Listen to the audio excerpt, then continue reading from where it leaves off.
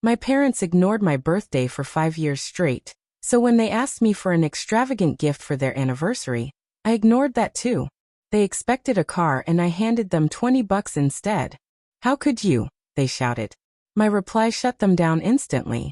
Anyway, let's back up. My name is Marble, and I turned 32 just last week. You'd think I'd be thrilled, but honestly, birthdays have turned into something strange for me. Here's why.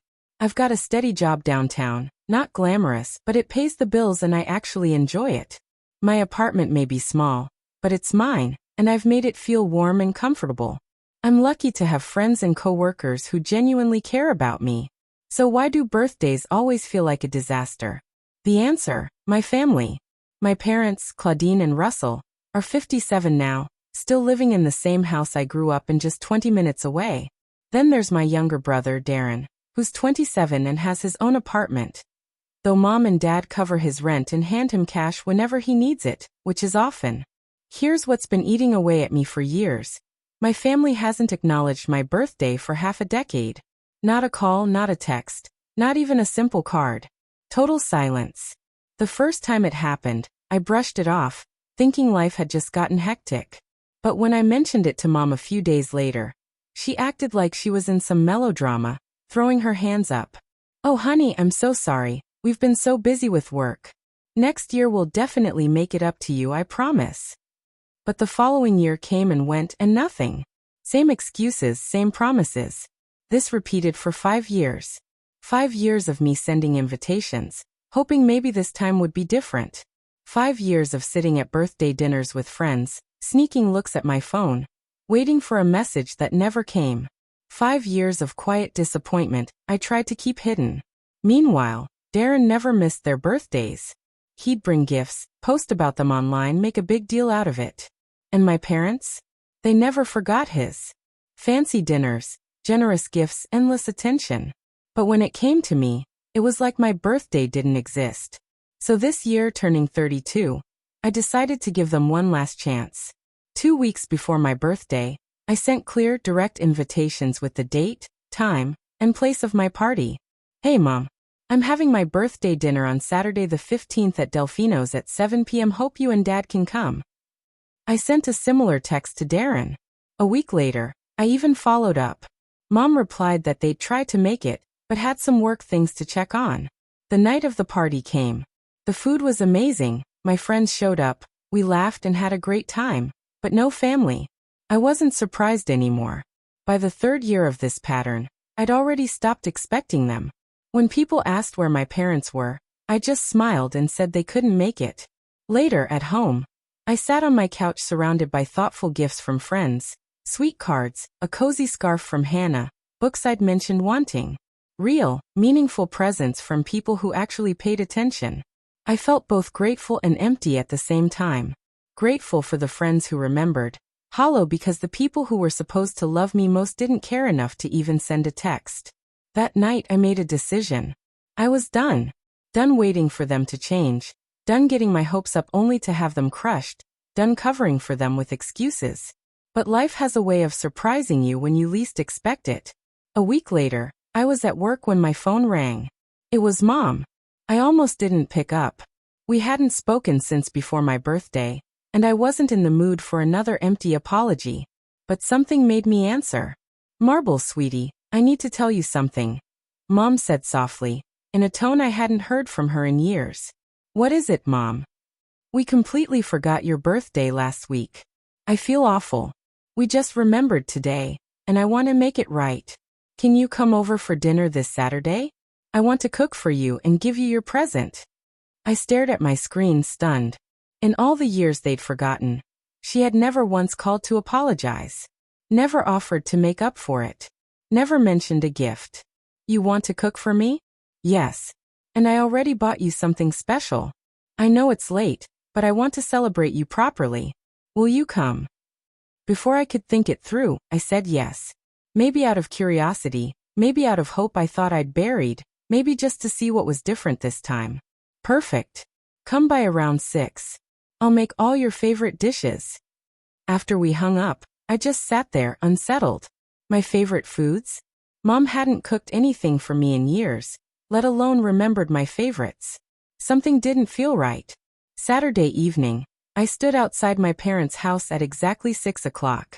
I rang the bell, and Mom answered almost instantly, like she'd been waiting by the door. She pulled me into a hug so tight it startled me.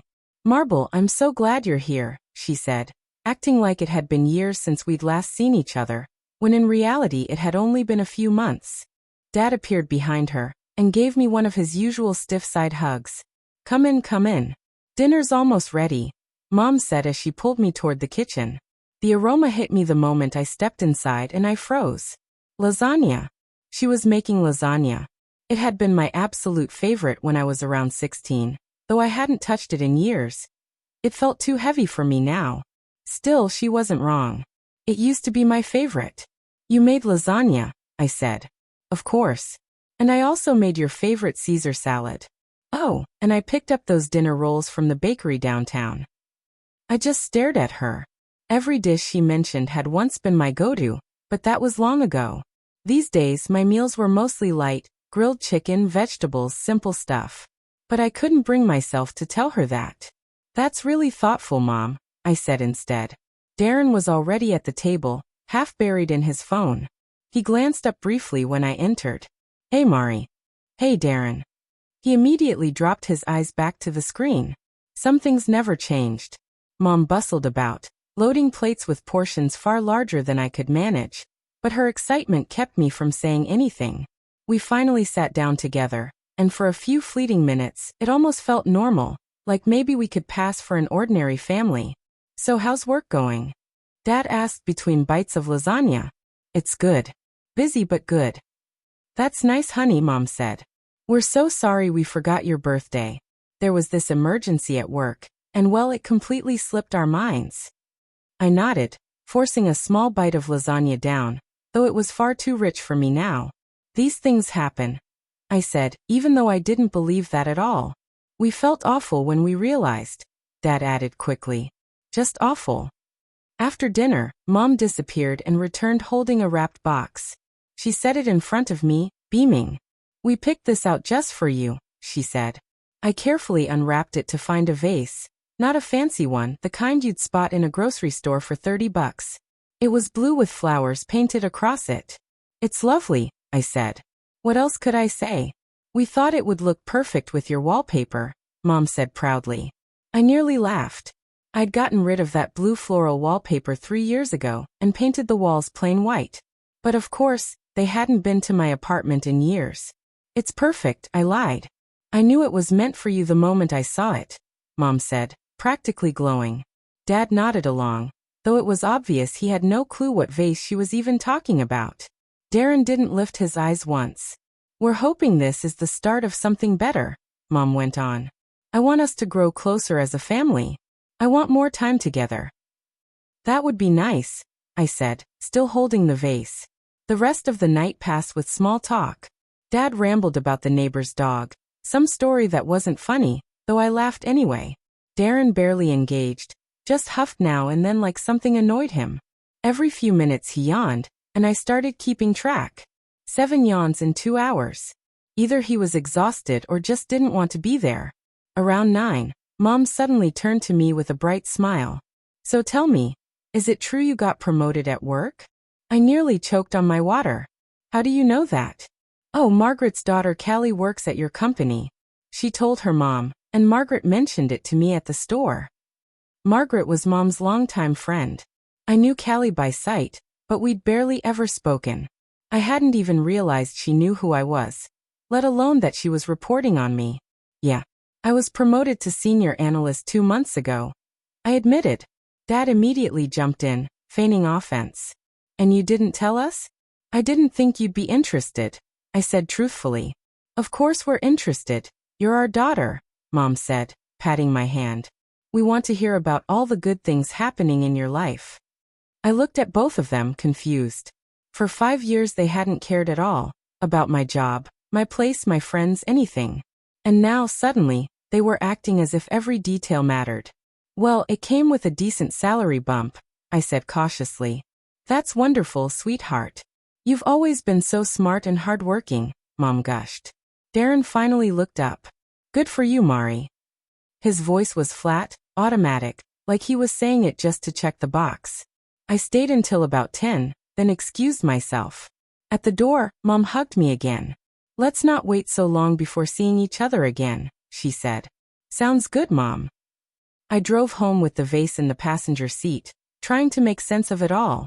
Their sudden interest, the throwback favorite foods, the promises of staying close. None of it felt real. Back at my apartment, I shoved the vase into the closet behind old jackets. I couldn't toss it, but I definitely wasn't putting it on display. Weeks went by, and Mom started calling me regularly. She even asked me to go shopping with her, something we hadn't done in 8 years.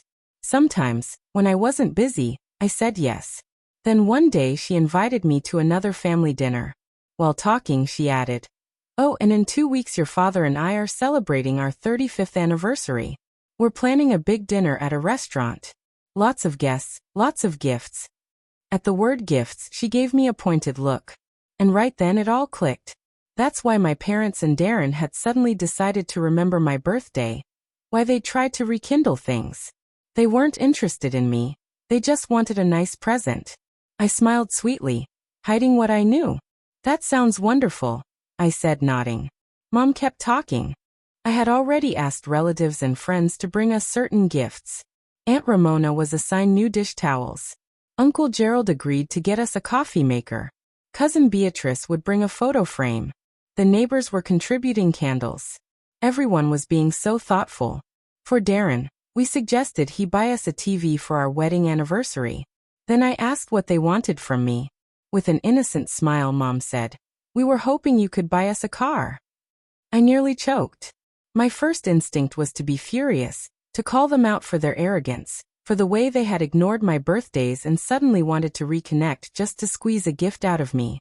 But instead, I forced a smile as an idea formed. "Of course, I'll get you a car for your anniversary." Their faces lit up instantly. Mom was so moved she actually started to cry. "Oh, Marble, this is the most wonderful gift. We're so grateful." Dad got emotional too, telling me they didn't deserve a daughter so generous. I only smiled and said, "It's my pleasure. This will be an anniversary you'll never forget." Not long after, Mom began sending me pictures of cars on her phone. Luxury models, each one priced at no less than $40,000. I just shook my head, responding with casual likes. Eventually, she sent a photo of a car worth $60,000, saying she and Dad had decided that was the one they wanted. I messaged back that I'd taken note. 2 weeks later, the big day arrived. At exactly 7 p.m., I walked into Delfino's restaurant. The place was buzzing with relatives, neighbors, and family friends, all dressed for the celebration. Darren was standing near the bar in a suit, looking as uninterested as ever. In my hands, I carried a small wrapped box, about the size of a jewelry case, easily big enough to hold car keys for a $60,000 vehicle. The moment Mom spotted me, she practically sprinted over, her face glowing with excitement. "Marble, you're here." She clutched my arm and hurried me over to Dad, who was surrounded by friends. "Everyone, do you remember my daughter, Marble?" she announced proudly. Guests smiled and nodded politely. I recognized most of them: Aunt Ramona, Uncle Gerald, Cousin Beatrice, the neighbors, and various family acquaintances. "Such a lovely girl," one woman commented. "She's wonderful," Mom gushed. "And so generous. Just wait until you see what she got us for our anniversary." I simply smiled and greeted everyone, keeping the little box casually at my side. The party soon hit full swing. Buffet tables piled with food, a lively bar, and a small dance area. Mom was in her element, fluttering around the room and proudly showing off each gift. "Look at these beautiful towels from Ramona," she declared to anyone nearby. "And Gerald bought us the most amazing coffee maker." Every present, no matter how small, was turned into a performance. Beatrice's picture frame was praised as though it were priceless. The neighbors' candles were described as the perfect addition to the dining room. Then she showed off Darren's gift. "And my son Darren bought us a brand new 42-inch TV. It's going to look perfect in the living room." Darren only nodded and sipped his beer. I silently wondered how much of that television he had actually bought himself. Through it all, Mom kept glancing at me. And the little box in my hand. I could practically hear her thoughts racing. Finally, once she'd paraded every other gift, she turned to me with a grin wide enough for the whole restaurant. "And now," she announced loudly, "my daughter Marble has given us something truly special for our anniversary. She bought us a car." The room erupted in gasps and applause. Guests murmured in awe about how lucky my parents were. What a generous daughter they had. "A car?" Aunt Ramona exclaimed. "That's so thoughtful," Uncle Gerald added. I stood there smiling sweetly while Mom soaked up the admiration. She gestured eagerly to my box. "Go on, honey, show everyone what you got us." The chatter died down as every eye turned to me. Mom held out her hands, nearly trembling with anticipation. I handed her the box. She ripped off the wrapping and lifted the lid, her face shifting from delight to confusion to shock. She stared for a long moment before whispering, "What? What is this?" I couldn't help but laugh under my breath. Inside that box was nothing but a crumpled $20 bill I'd tossed in earlier that morning. Dad leaned over, his face flushing red. "What kind of joke is this, Marble? How could you do this to us?" The room fell silent. Guests gawked, unsure what was unfolding. "I never intended to give you a car," I said calmly. "Because you don't deserve it." Gasps rippled through the crowd, now filled with confusion instead of admiration. Mom's voice rose, sharp and panicked. "What are you talking about?" I met her eyes and spoke clearly, my voice carrying across the hushed restaurant. "I'm talking about how you forgot my birthday 5 years in a row. No cards, no gifts, not even a text. Nothing.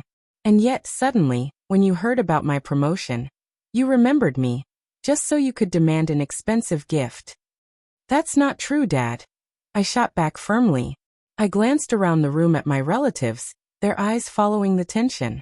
"Uncle Gerald, have you seen Mom or Dad at even one of my birthdays in the last 5 years?" Uncle Gerald shifted uncomfortably before giving a small shake of his head. "Aunt Ramona, have you spotted me at any family gatherings recently?" She shook her head too, her face a mix of sadness and confusion. "That's because they've been ignoring me for years," I went on, my voice steady.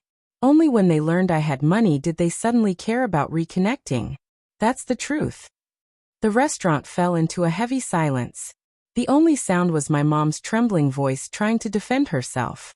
"That's not what happened," she insisted, her tone rising. "We've always loved Maribel." But the damage was already done. I could see it written on the faces of everyone there. They were starting to piece things together, and they didn't like what they were realizing. Aunt Ramona slowly rose from her seat. "Claudine, is it true? Did you really shut Maribel out all these years and only reach out again because you wanted an expensive gift?" My mom's face drained of color. "No, she's exaggerating," she muttered. "Am I?" I snapped, grabbing the box from her hands. I pulled out a wrinkled $20 bill and held it up for everyone to see. "This is 20 times more than what they've given me for my birthday in the last 4 years combined. And what did I get in return?" From my other bag, I lifted a cheap vase I had brought with me deliberately. "A $30 vase from the supermarket," I declared. "They gave this to me expecting a $60,000 car in return." Gasps rippled through the room. Guests began whispering among themselves. Mom grew frantic. "She's lying. She hasn't been herself lately. She's seeing a psychologist, her mind isn't right." That was it for me. I laughed sharply. "My head isn't right?" "No, Mom. It's because I refuse to let you use me like a bank." Uncle Gerald stood and faced her squarely. "Claudine, you should be ashamed. Maribel has done nothing wrong. She works hard, earns her living honestly." "Exactly," Aunt Ramona added. "She's independent and successful, and this is how you treat her." One after another, relatives and guests began rising from their seats.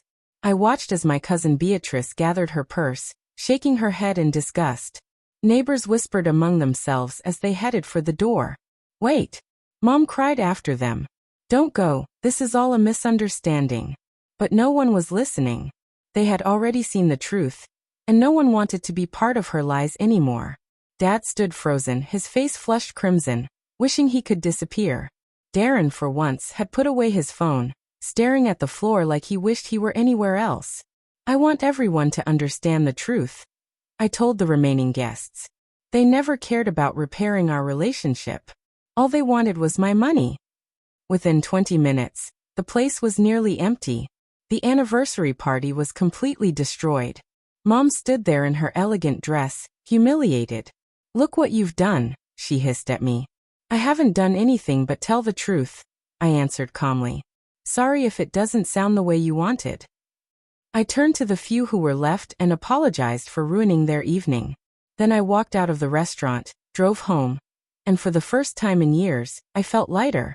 At home, I poured myself a glass of wine, sank into the couch and smiled. No guilt, no regret, just relief that the truth had finally been spoken. A few hours later, my phone began buzzing nonstop. Mom, Dad, Darren, they all tried calling. I ignored them. Then came the texts. "You embarrassed us. You ruined everything. How could you do this to us?" I deleted every message without a second thought. The next morning, Aunt Ramona called. She told me that after I left, Mom tried convincing the guests I was mentally unstable, and none of it was true. But another relative spoke up, telling her she should be ashamed, because it was clear to everyone that I was fine and thriving. After that, the party fell apart completely. "People just kept leaving," Aunt Ramona said, "until it was only your parents and Darren left, sitting there with all that untouched food." I felt a little sorry for the restaurant staff who had to clean up the mess, but not for my family. A couple of weeks later, Mom showed up at my apartment. She was furious. "You destroyed our reputation," she shouted as soon as I opened the door. "Now everyone thinks we're awful parents." "That's because you are awful parents," I replied evenly. "I want you to post online saying it was all a joke," she demanded. "Tell everyone you made it up." "I'm not doing that." "Then you're no longer part of this family," she screamed. "You stopped treating me like family long ago," I said, shutting the door after she stormed out. It's been a year since that day, and I haven't spoken to any of them. Last month I celebrated my 33rd birthday with my real friends, the people who truly care. For once, I didn't have to wonder whether my family would show up or even remember. I already knew they wouldn't, and I was perfectly fine with that. I don't want reconciliation. I feel safer and happier without them. Some might call that sad, but to me it's freedom. I finally know exactly where I stand. No more waiting, no more hoping they'll change. The vase still sits in my closet. Sometimes I take it out, look at it, and smile. To me, it marks the day I stopped being their pawn. The best $30 they ever spent.